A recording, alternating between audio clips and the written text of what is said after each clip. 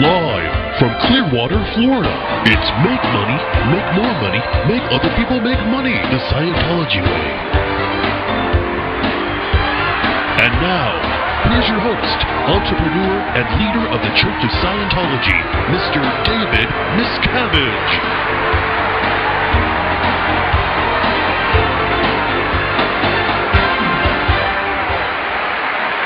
Well, thank you very much. And tonight is the event you've been waiting for.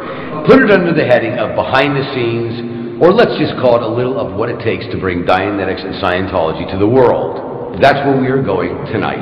What do you do? And here's the answer. You were looked at as to how many services that we could get out of you, and how much money we could milk you for. Now, how could that occur? You basically make the person feel really, really bad about the condition they're in. You take their problems and you magnify them. You look at how that's going to affect them in the future, and you get the person into a state where they feel that their future is nothing unless they do something. And then you tell them that the only thing they can do is Scientology. That's not my idea. That's the LRH design. Take a look. People were persuaded to remortgage their homes, sell their homes, cash in the policies that were supposed to pay off their mortgages, borrow against their pensions, sell their family jewels, borrow from their families, sell their cars. Anything you can possibly imagine that a person could do to raise money, people were persuaded to do to pay into Scientology. When you get the tech as LRH intended, in the exact form he intended, you get the results he intended when you apply it in your life. So let me show you. Nuclear physicist Adam Bird was milked for £34,000. He went to the Scientologists for help with dyslexia, but ended up borrowing from various different banks to buy courses. Then several Scientologists came to lodge with him to help with the hefty interest payments. During this event, they took over my life. I had not intended to put lodges in my house. I now had lodges in my house with Scientologists, one of whom was quite high up in their command structure. To help pay again, another one of them had loaned my car and was supposedly paying me rent for it. I then didn't have any means of transport. Finucane says they charged $8,500 to his credit cards without permission. When they began phoning for more, he turned on his tape recorder. So basically, I don't even have enough money for that. Just to even get to the point where I can do my own thing. You have quite a bit, though, John. I mean, you know, I don't think buying more is your problem. Your problem is your wife.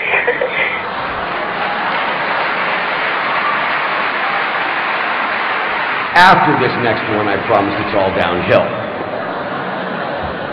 John Buchanan was a Scottish landscape gardener who worked in Germany. He piled up huge debts with several German banks to buy Scientology courses and materials. To escape his debts, he committed suicide. He left a final note for his mother, Mary MacDonald. He explained that he believed that he would come back to life and return to Scotland. The Scientology had taught John Buchanan to believe in reincarnation. It's simply because someone from the wrong side of the gene pool messed up the manuscript.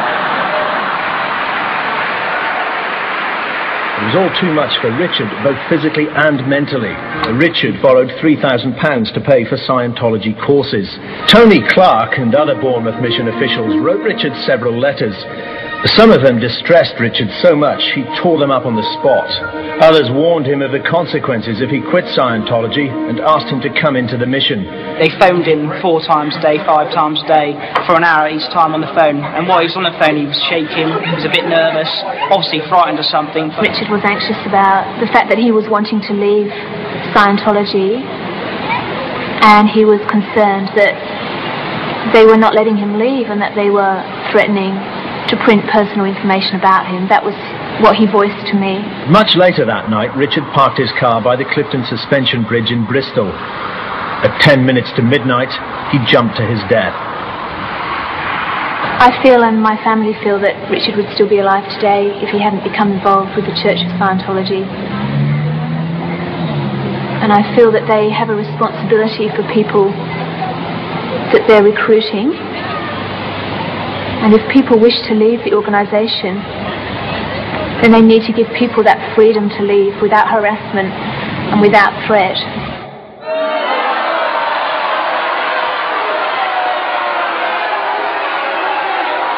That's been an impossibility.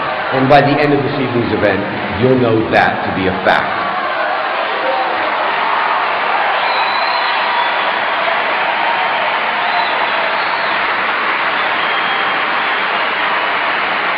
And if that's a sampling, I assure you it's not even a half bit. As a matter of fact, we brought along a demonstration. Take a look. Lisa McPherson reached what is known in the church as the clear status, which promises inner peace and happiness.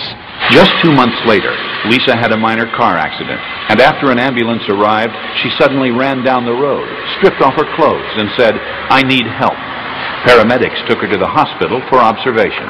Several Scientologists suddenly appeared and persuaded her to return to the Fort Harrison. Her condition rapidly deteriorated. After 17 days, the Scientologists finally decided to take Lisa to a hospital. But the driver bypassed the closest hospital and didn't even stop at the next one or the one after that either. Instead, the Scientologists drove for 45 minutes to Newport Richey Hospital, where the emergency room doctor was a Scientologist.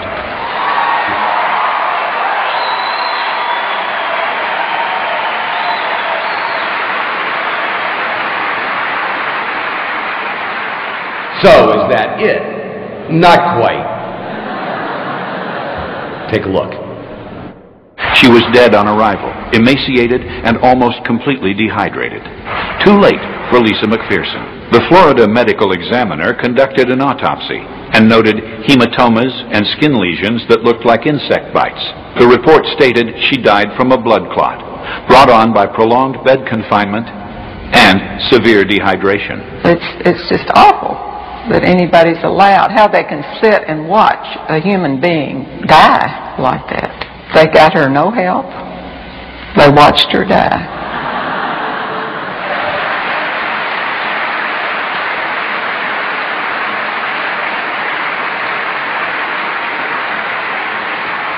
And even if you had a tinge of wonder about what that might entail financially, let me show you. Over a 2-year period, Lisa McPherson spent $97,000.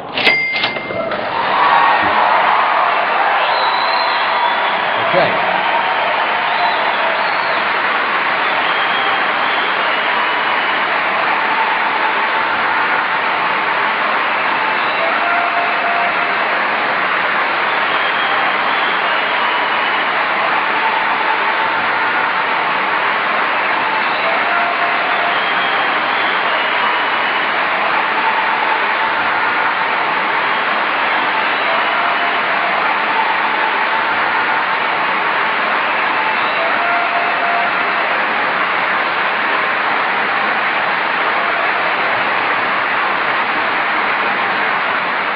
In fact, let's get down to real basics. So let me show you. A central doctrine goes like this. 75 million years ago, a tyrant named Xenu transported people from outer space to Earth, dropped them in volcanoes, then exploded hydrogen bombs on them. That experience is the root of all human misery today.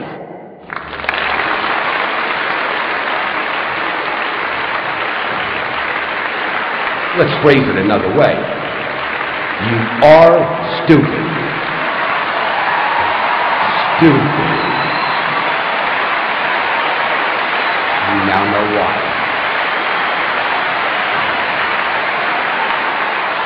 You are stupid.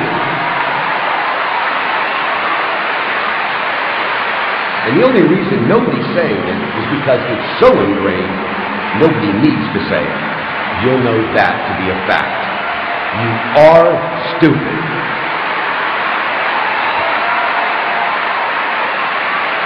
Thank you very much for attending, and appropriately, I leave you with LRH.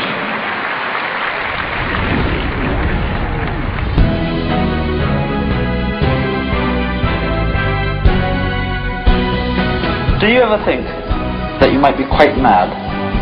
Oh, yes. The one man in the world who never believes he's mad is a madman. LRH,